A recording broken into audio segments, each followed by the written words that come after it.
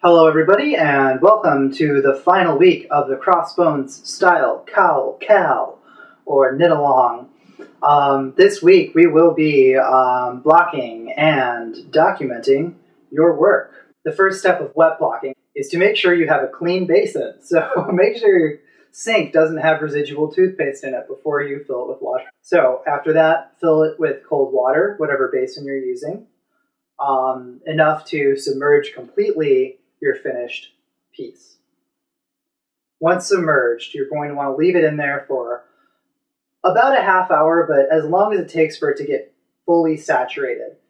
While you're letting it soak, you can get your blocking station all set up. So I use these foam puzzle pieces, whatever you've got around you, and then you'll of course need blocking pins, and I like to use blocking wires as well, especially because this project has such straight edges.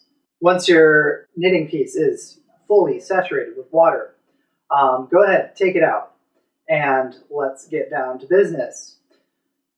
When using blocking wires, if you're going to use them like I am, the most important thing to remember is to be consistent with where you place them. I like to put it one row in from the edges, and I always put it underneath the right leg for consistency of each stitch. Because this is a circle, you will be putting one wire through each side. So you kind of divide it in half, put half the stitches on one wire, so you'll have 4 wires, 2 on top, 2 on bottom. First you want to, once you've got those wires in, you want to secure the top half. Then go ahead and stretch it out, the bottom edge. Since this cowl was knit lengthwise, it will tend to stretch out lengthwise. So I really like to haul it pretty firmly in that width direction, so that it has that fullness when you're wearing it. The finished project will look a lot better.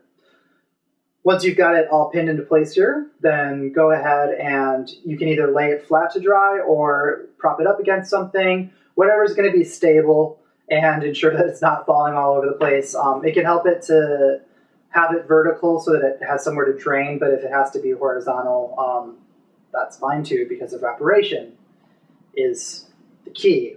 Once you've got your finished piece, we're ready to head outside for a photo shoot.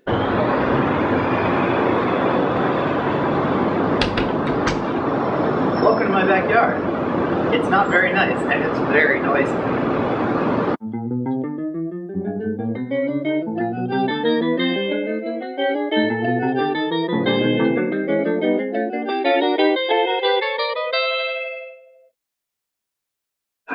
The thing about my noisy backyard that is very nice is that it's outside and there's a lot of shade.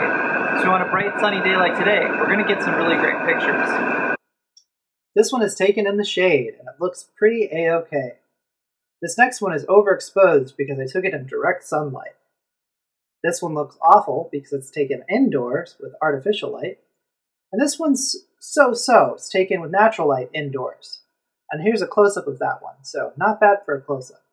And then these two are taken outdoors in the evening when the light is just right and the stitches just look beautiful. And now for modeled shots. For modeled shots, I've come to my equally noisy but much lovelier neighborhood park. With modeled shots, since you're getting people's skin and hair and the outfits you're wearing, you really want to aim for the first hour of light of the day or the last hour of light of the day, if that's available to you. You're just going to get much better pictures at those times of day. The most important thing to know about model shots, other than lighting conditions, is that it's all about the performance, and the performance is all about confidence. What outfit you wear, it doesn't really matter as long as you think you look great, or your model thinks that they look great. That's what's going to read, that's what's going to communicate. So I don't want to get too picky about telling you what you should or should not do, because honestly, you should just try whatever you want to do and feel good about it and have a lot of fun.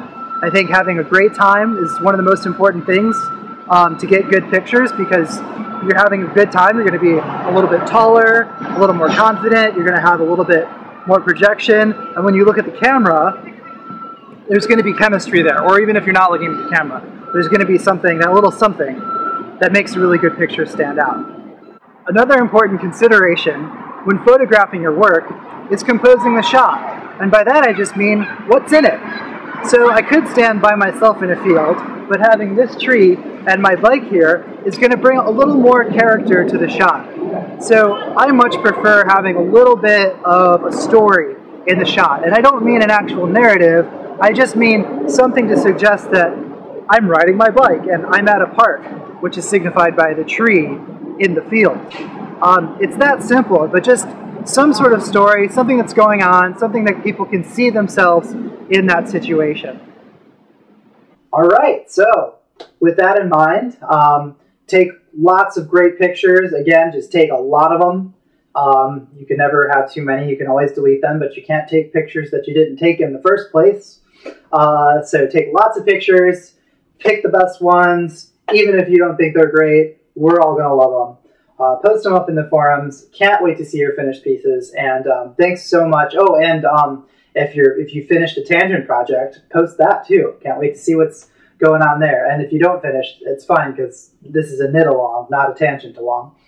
Can't wait to see your finished pieces. Thank you so much for joining me. This has been a blast. Thanks to Chuck and everyone at the Fiber Factor for putting it all together. And if you're interested, you can follow me on Twitter or Facebook or Ravelry. I'm Steve May on Ravelry, as you might know already. And I've got a collection, my first collection, full collection of patterns due to drop this fall, later in the fall. So look forward to that, and I look forward to seeing you guys again. Thanks so much, and happy knitting. Take care.